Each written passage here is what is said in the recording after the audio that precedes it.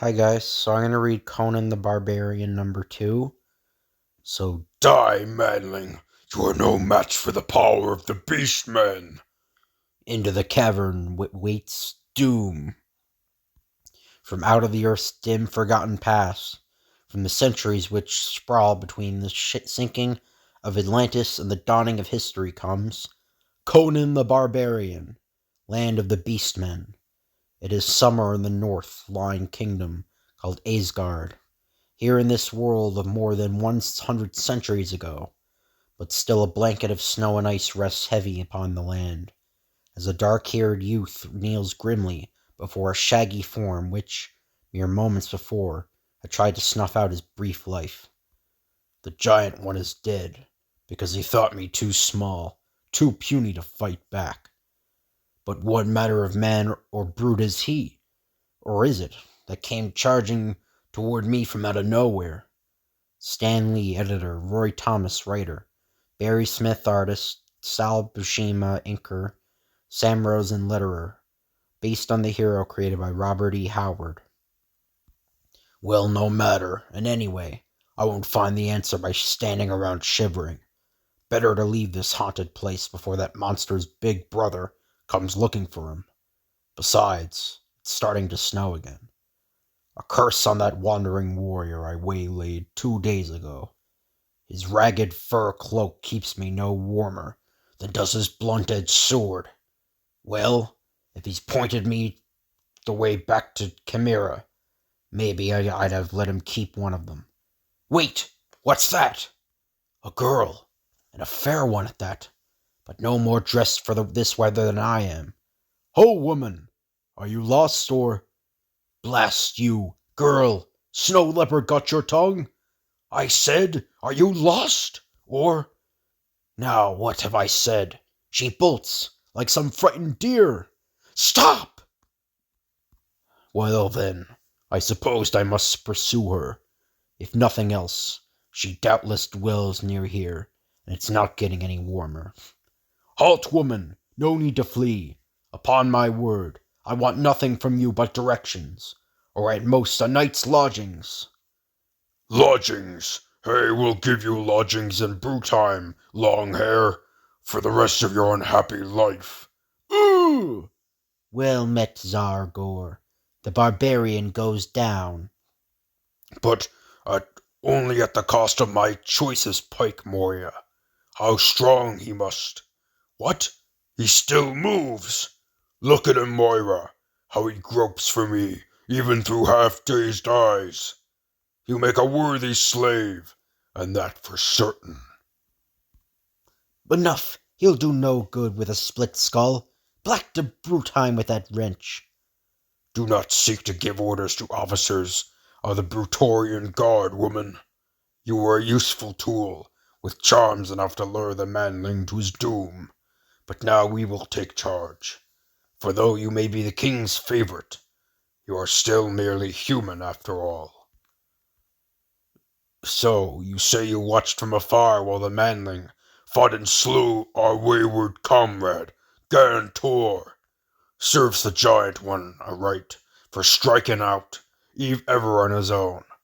Still, if I had my will, I'd gut the manling for it. Aye, but there is need for new slaves in the land of always light.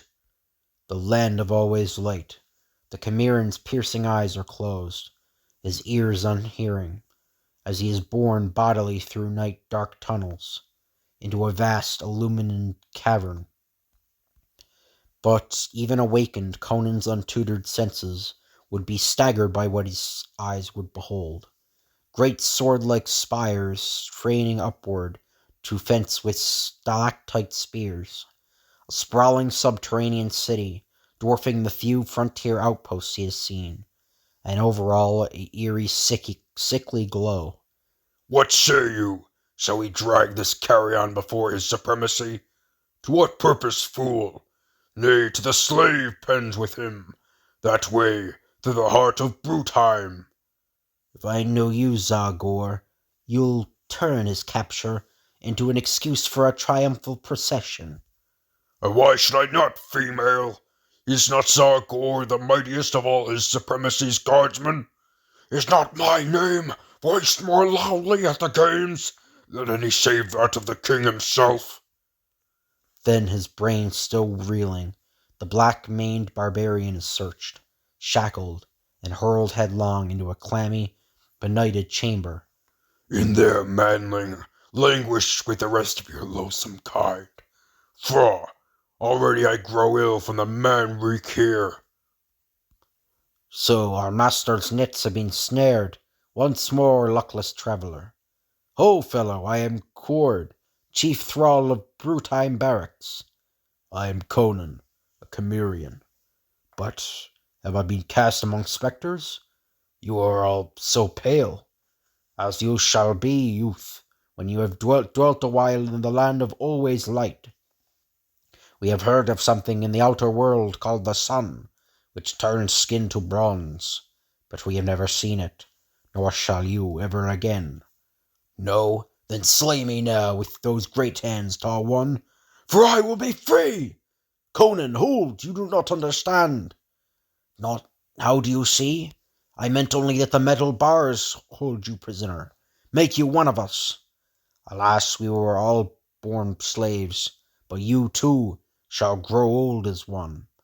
Born a slave, of those brutish beast-men bellow? You are right, cured. I do not understand. Then hearken, manling from the world beyond.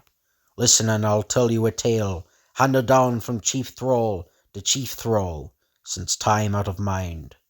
Long, long ago, in that outer world, which we have never glimpsed, a human wanderer from afar led a small war party into the icy wastes which lie above our heads.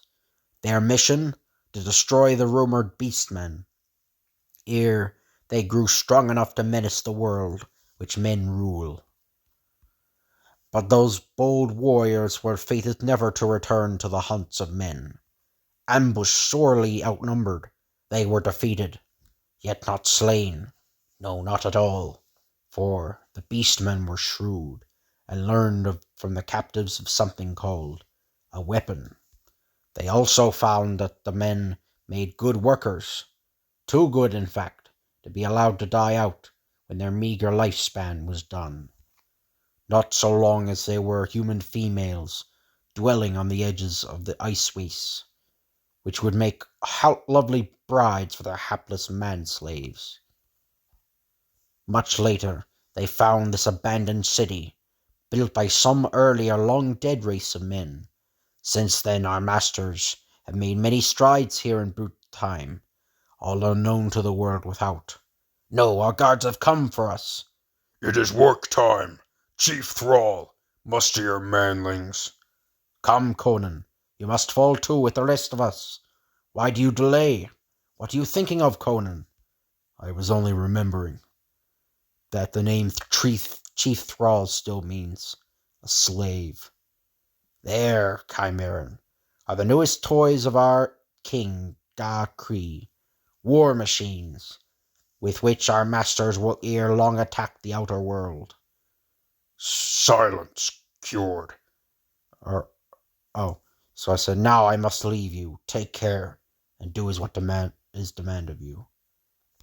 Silence, cured. You know you are forbidden to speak during the work time, except to relay our orders to your fellow worms. Then Conan stands alone, in chains, for the first time of his young life, and not at all liking it. Ho there, dog! Hey, manling, the fire in your eyes tells me you remember Zargor, the one who captured you. Yes, I remember, and I am a man, not a manling. Hold your tongue, fool! You were not asked a question. Ha! This war helm is not for the likes of a slave. I claim it for my prize. What say you to that, dog? This time Conan's cobra-quick answer comes not in words. Cluck! But his heavy chains hamper him, and the smaller of the two man-apes wields his pike much more swiftly than Conan could have guessed. Good timing, Harlan. I have forgotten that slaves taken from the outer world often have some fight left in them. Too much fight. I say we knock it out of him. Uh-oh. The new one is as good as dead now. I hope they don't take his actions out on us as well. The barbarian struggles to his feet, knowing he'll be struck down again. Is that a difference between a manling and a man? Stand up straight, dog. How can I put my pike through you till you do? Hold, what are you doing there?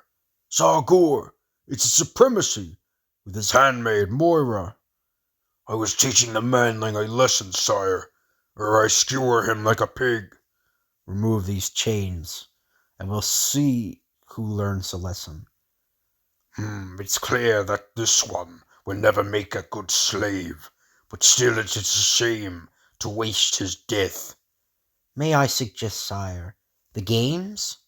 Aye, the games it shall be, for my crown made from the teeth of long dead tusk bears. We'll see you grovel before you die, manling. There is no night in Brotheim where phosphorant nuggets stud the jagged cavern walls. Yet it is ever dark in the slave barracks, where later Conan sits brooding and hears a stealthy footfall. Who goes there? Your ears are sharp, Conan. Fear not, it is only I, cured. You move softly, for one so large. But why do you seek me out? I have brought you something. It is but a knife of obsidian, which I carved long ago with stones. I meant to take it my own life, if ever need arose. But it will save you suffering as well. You gave me this blade, so I could kill myself? Of course, why else? Never mind. I'll find some use for it.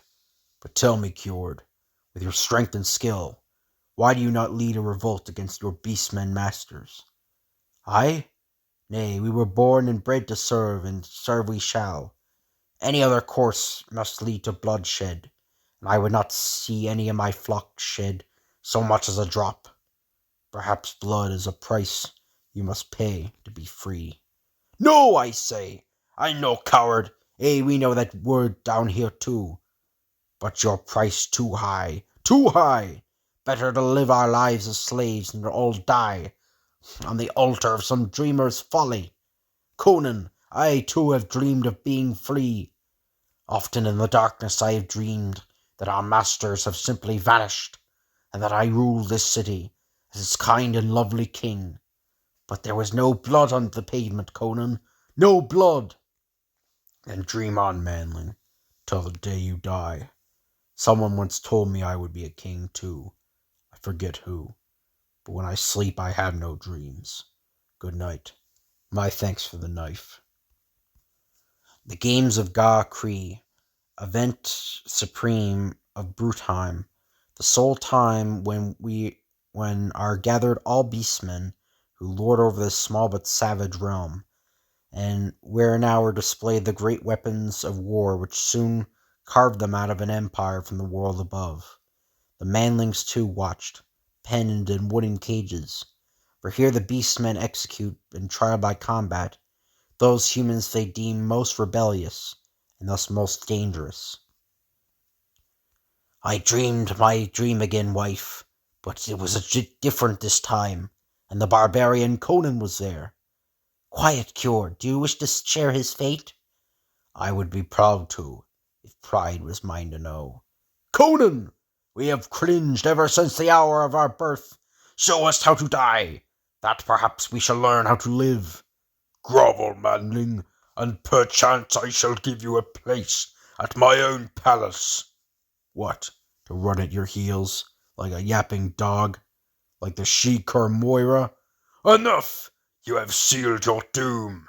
Release the lion. Aye, great sire.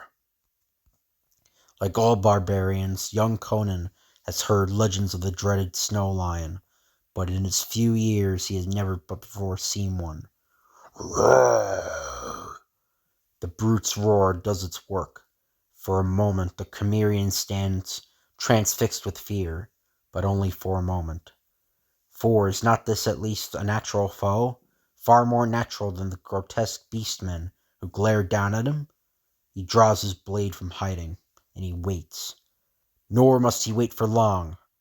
Hot fetid breath, a rush of air displaced by a massive form, the sense of steel-muscled death, hurtling by, and back again.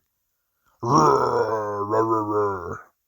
Suddenly, a last desperate surge of strength. Powerful young sinews, stretched to the breaking point. And then from despair, triumph. From defeat, victory. And from out of the jaws of death, life. The manling has a weapon. It is forbidden. For that he shall die slowly, and which the great cat's talons have found his heart. Guardsmen! It seems all unreal to Conan as he stares out through half-dazed eyes, to die in a half-lighted arena, in some sunken cavern, put to death by apes that walk like men. What Conan's mind cannot accept, Conan's body will not yield to. Squinting through dimmed eyes, he lashes out, but too late. Ha! Friend Zargor will be sorry he works for the other end of the arena today, when I deliver the death stroke. Halt, Torlan. It is his supremacy who must decree the manling's fate. Death! But not until he begs it, till a sword thrust is his most fervent prayer, not before he groans, that like a manling shall die like a dog. No! You have turned us into dogs, into less than animals. You will do the same to him. You won't. Husband, shush. Remember your dream. Too long have I been thrall to a dream, as much to the beastmen. From this hour I shall be slave to neither. From this hour let there be no more manlings, but only free men and dead men. Well, what are you waiting for? Then the dam breaks and a torrent of terrified humanity pours through the shattered door. Most to flee, but a few, despite their fears, to fight unarmed. This isn't as hopeless as it appears, Barbarian. Our masters are like sheep. If we can beat best the guardsmen, the rest know not how now to fight. Then don't waste breath on words, friend, but strike out at our foes, and sell your life dearly if you must.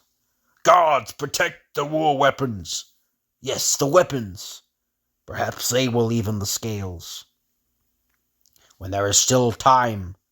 Cured! What are you trying to do? Don't you see, Conan, where this ram is aimed? Of course it faces the Beast King and his hairy court, those without whom the man-apes cannot stand. Aye, but the great wheels turn hard. Then lean to it, fellow, and devil take the first to drop. Crumb, but this thing is big. Even as for the first time the onlooking beastmen begin to break and run, 4 mighty arms, 4 massive legs, strain with almost superhuman effort. And the ram begins to move, inch. It's going, Conan! It's going! By agonizing inch. Then harder, man! Harder! Then until suddenly, with a thunderous roar that shakes the earth to bits. No! No! And those who could have guessed that those few crumbling pillars form the support for the very arena itself. We have won! We are free! Oh, here's my helmet, where Zargor must have dropped it. Well, your dream has come to pass, Cured, and precious little of men's blood has been shed. What do you think of that? Cured? Save your breath, manling. I know not how it is in the world above, but in Brutheim, dead men do not speak. Cured! I pray you have a soul, Zargor, that it may drift and mutter forever in some beastman's hell. We are free, free to be our own masters at last. Thanks be to you and Cured, Barbarian. But Cured lies so still. Is he? The last man-apes are gone now, fled, uncomprehending, to dark forgotten caverns, and perhaps to the snowlands which spawned their ancestors, as tears well up in eyes which have never known them. Back, I say! Stand aside! There is something I must seek out in these crumpled ruins. And I have found it. Yes, thralls, you are free now, and long may you remain so. But let your legends say of this day that a king led you to victory, and that his name was cured, for he was the last of the manlings, but first among men. Finished. So I hope you guys enjoy this video. If you could like, comment, and subscribe, that'd be appreciated. Thank you all for watching, and I'll see you guys later.